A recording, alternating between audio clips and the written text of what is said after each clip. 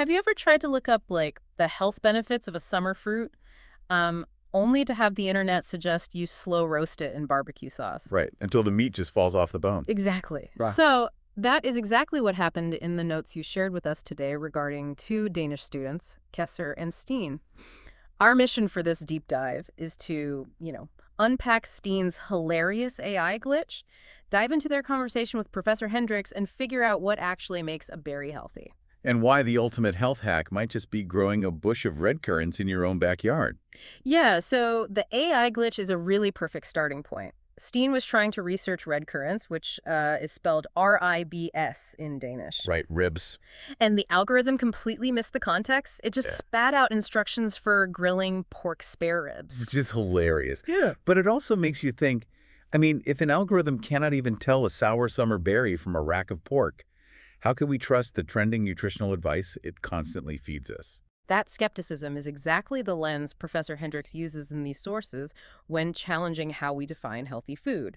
We hear buzzwords like vitamin C, antioxidants, and flavonoids constantly, right? Right, all the time. But he highlights this fascinating biological mechanism where vitamin C actually dictates how our bodies process fructose. Wait, so it changes how we digest the sugar. Exactly. It helps regulate the enzymatic pathways in the liver.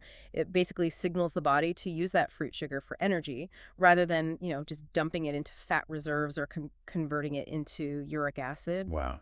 It is almost like obsessing over the exact thread count of your parachute while ignoring that your backpack is full of moths. That is a great analogy. And Hendricks asks a much sharper question here. He asks, shouldn't we be way more worried about what does not belong in our food, like pesticides? Yeah, he points out that no one has ever died from a pesticide deficiency, which is pretty funny but incredibly true. I love that line. It really puts it in perspective.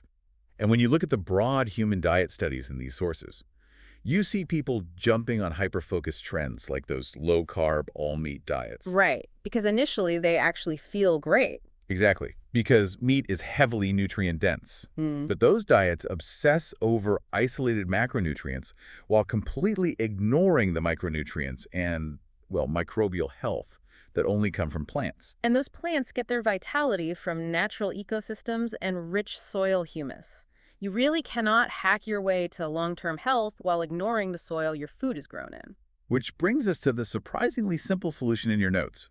Taking control of your own food sources sounds exhausting, but growing your own red currants or ribes rubrum is incredibly easy. Yeah, the sources actually call this the easiest fruit bush to cultivate. I mean, they have been grown in Denmark since the 1600s. Especially the red Dutch variety. Right, and they thrive in well-drained soil, full sun, or even half shade. They are incredibly self-sufficient.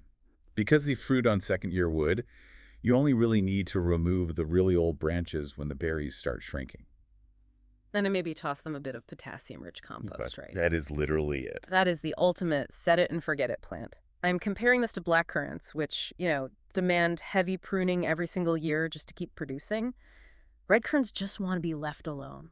And leaving them alone is actually the entire philosophy here, even when pests arrive. Wait, really? Even with pests? Yeah. If you walk out and see a swarm of aphids on your bush, the standard ecological advice from the sources is to just wait 14 days. 14 days. If I leave a swarm of aphids on my plants for 2 solid weeks, they're going to completely decimate the leaves.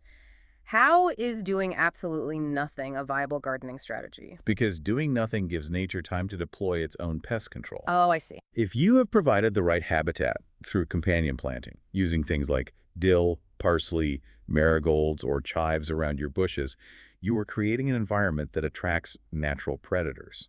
So the marigolds and chives basically act as a beacon for beneficial insects. Exactly.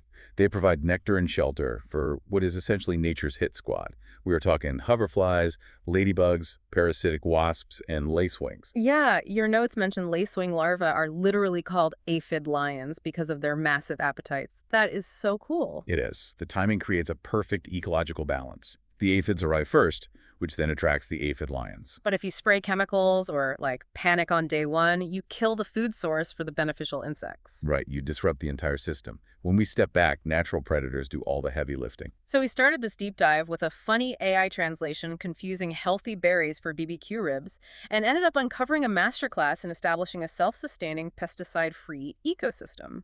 The overarching lesson from Professor Hendricks and those Danish red currants is that the best intervention is often just stepping out of the way and letting complex systems balance themselves. Totally. Now, before you head out to your backyard to start your own red currant empire, we want to remind you to hit that like and subscribe button to the channel so you do not miss our next deep dive. Yes, please subscribe. Anyway, we want to leave you with one final thought.